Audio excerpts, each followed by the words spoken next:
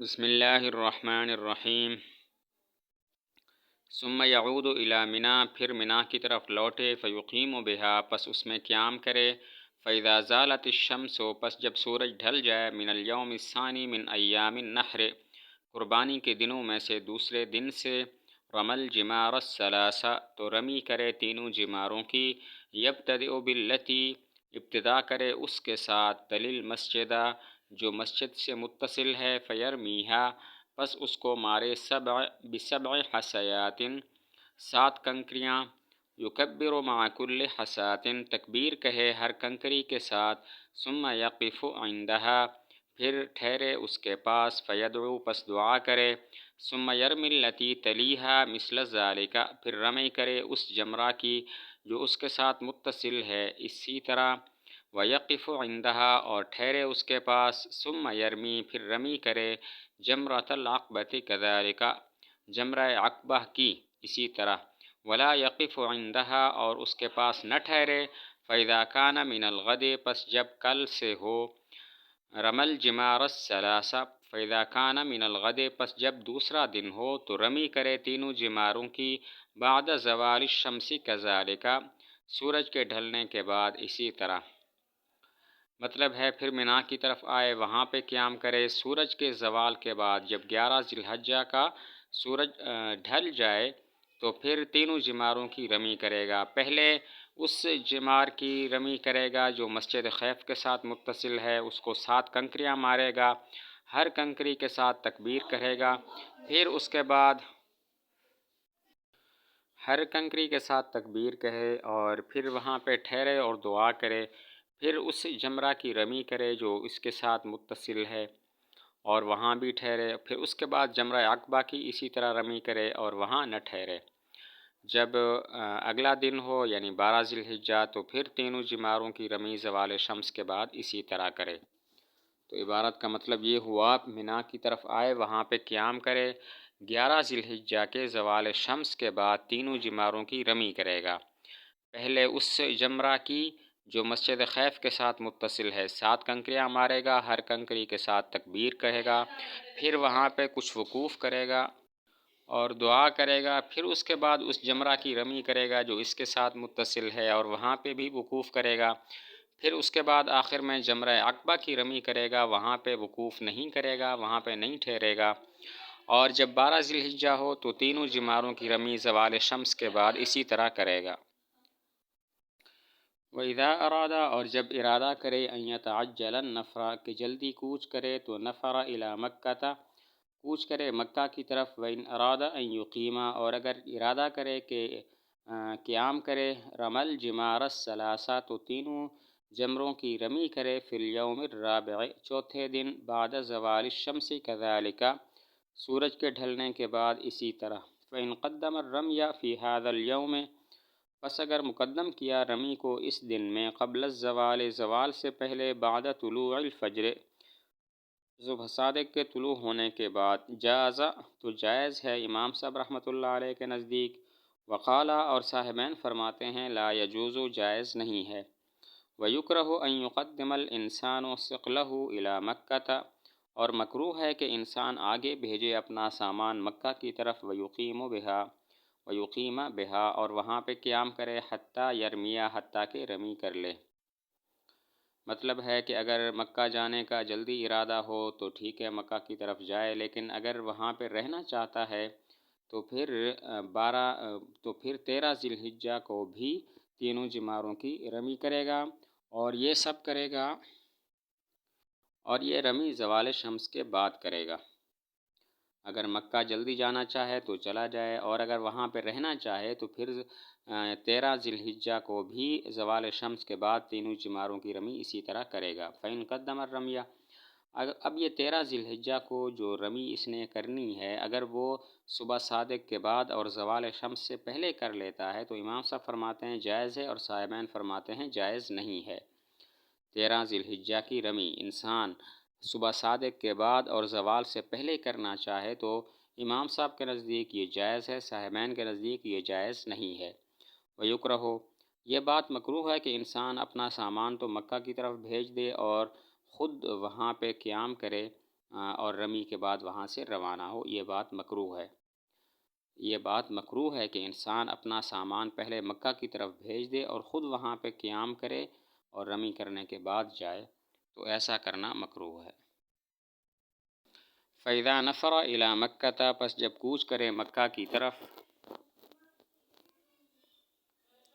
نزل بالمحسب، تو محسب میں اترے، ثم طاف بالبیت، پھر طواف کرے بیت اللہ کا، 7 اشواط، 7 چکر، لا یرمل فیہا، اس میں رمل نہ کرے، ان میں رمل نہ کرے، وہذا طواف الصدر، اور یہ طواف صدر ہے، وہو واجب، اور یہ واجب ہے، الا علی اہل مکہ، مگر مکہ والوں پر، ثم یعود الی اہلہ، پھر گھر کی طرف جائے۔ مطلب ہے کہ مکہ کی طرف جب روانہ ہو تو پھر پہلے محسب میں اترے اور اس کے بعد بیت اللہ کا 7 چکر طواف کرے، اس میں رمل نہیں ہوگا، اس کو طواف صدر کہتے ہیں۔ یہ باقیوں پر واجب ہے اور اہل مکہ پر واجب نہیں ہے۔ طواف صدر کرنے کے بعد وہ اپنے گھر کی طرف جائے۔ مکہ کی طرف آئے تو پہلے محسب میں اترے، بیت اللہ کا 7 چکر طواف کرے، ان میں رمل نہیں ہوگا، اس کو طواف صدر کہتے ہیں۔ یہ باقیوں پر واجب ہے، اہل مکہ پر واجب نہیں ہے۔ جب طواف صدر کر لے تو پھر گھر کی طرف چلا جائے۔ فَإِن لَّمْ يَدْخُلْ، پس اگر داخل نہ ہو، المحرم، محرم مکہ میں، وتوجہ الی عرفات، اور متوجہ ہو عرفات کی طرف، ووقف بہا، اور اس میں وقوف کرے، علامہ قدم نہ ہو، جیسا کہ ہم نے مقدم کیا، سقط عنہ طواف القدوم، تو اس سے ساقط ہو جائے گا طواف قدوم، ولا شیء علیہ لترکہ، اور اس پر کچھ واجب نہیں ہوگا اس کو چھوڑنے کی وجہ سے۔ مطلب ہے کہ اگر محرم مکہ میں داخل ہونے کے بجائے سیدھا عرفات چلا جاتا ہے اور وہاں پہ وقوف کرتا ہے تو پھر اس سے طواف قدوم ساقط ہو جاتا ہے، اور اس طواف قدوم کے نہ کرنے کی وجہ سے اس پر کوئی شے لازم بھی نہیں ہوتی۔ اگر محرم مکہ کی جانے کے بجائے سیدھا عرفات کے میدان کی طرف جاتا ہے، وہاں پہ وقوف کرتا ہے، تو طواف قدوم اس سے ساقط ہو جائے گا، اور طواف قدوم نہ کرنے کی وجہ سے اس پر کچھ بھی واجب نہیں ہوگا۔ ومن ادرک، اور جس نے پا لیا، الوقوف بعرفہ، وقوف عرفہ کو، ما بین زوال الشمس من یوم عرفہ، 9 ذی الحجہ کے زوال شمس کے درمیان، الی طلوع الفجر من یوم النحر، 10 ذی الحجہ کے طلوع فجر تک، صبح صادق کے طلوع ہونے تک، فقد ادرک الحجہ، تو اس نے حج کو پا لیا۔ مطلب ہے کہ اگر کسی نے وقوف عرفہ اس وقت میں پا لیا کہ 9 ذی الحجہ کے زوال شمس سے لے کر 10 ذی الحجہ کے طلوع صبح صادق تک، تو اس نے حج پا لیا۔ اگر کسی نے وقوف عرفہ اس وقت پا لیا کہ 9 ذی الحجہ کے زوال شمس سے لے کر 10 ذی الحجہ کے طلوع فجر تک، تو اس نے حج پا لیا۔ ومن اجتاز بعرفہ، اور جو تجاوز کرے، آگے بڑھ جائے عرفہ سے، وہو نائم، حالانکہ وہ سویا ہوا تھا، او مغمن علیہ، یا اس پر بے ہوشی طاری تھی، او لم یعلم انہا عرفات، یا اس نے نہیں جانا کہ یہ عرفات ہے، اجزأہ ذالک عن الوقوف، تو اس کو کافی ہو جائے گا یہ وقوف عرفہ سے۔ مطلب ہے کہ میدان عرفات سے اس نے اس حال میں تجاوز کر لیا، گزر گیا کہ وہ سویا ہوا ہے یا بے ہوش ہے، یا اسے پتہ ہی نہیں چلا کہ وہ عرفات ہے، تو اس کا وقوف عرفہ ہو گیا۔ اگر کوئی میدان عرفات سے اس حالت میں گزرا کہ سویا ہوا ہے یا بے ہوش ہے، یا اسے پتہ نہیں چلا کہ یہ عرفات ہے، تو اس کا وقوف عرفہ ہو گیا۔ والمرأة فی جمیع ذالک، اور عورت ان تمام مسائل میں کالرجل، مرد کی طرح ہے، غیر انہا، سوائے اس کے کہ لا تکشف وجہہا، وہ ظاہر نہیں کرے گی اپنے چہرے کو، ولا ترفع صوتہا بالتلبیۃ، اور بلند نہیں کرے گی اپنی آواز تلبیہ کے ساتھ، ولا ترمل فی الطواف، اور رمل نہیں کرے گی طواف میں، ولا تسعی بین المیلین الاخضرین، اور سعی نہیں کرے گی میلین اخضرین کے درمیان، ولا تحلق، سر نہیں منڈوائے گی، ولکن تقصر، لیکن قصر کرے گی۔ یہ جتنے مسائل گزرے ہیں ان میں عورت مرد کی طرح ہے، لیکن کچھ فرق ہیں۔ ایک تو یہ ہے کہ مرد اپنا چہرہ ظاہر رکھتا ہے اور عورت اپنا چہرہ ظاہر نہیں رکھے گی۔ نمبر 2، مرد تلبیہ بلند آواز سے کہتا ہے، عورت بلند آواز سے نہیں کہے گی۔ نمبر 3،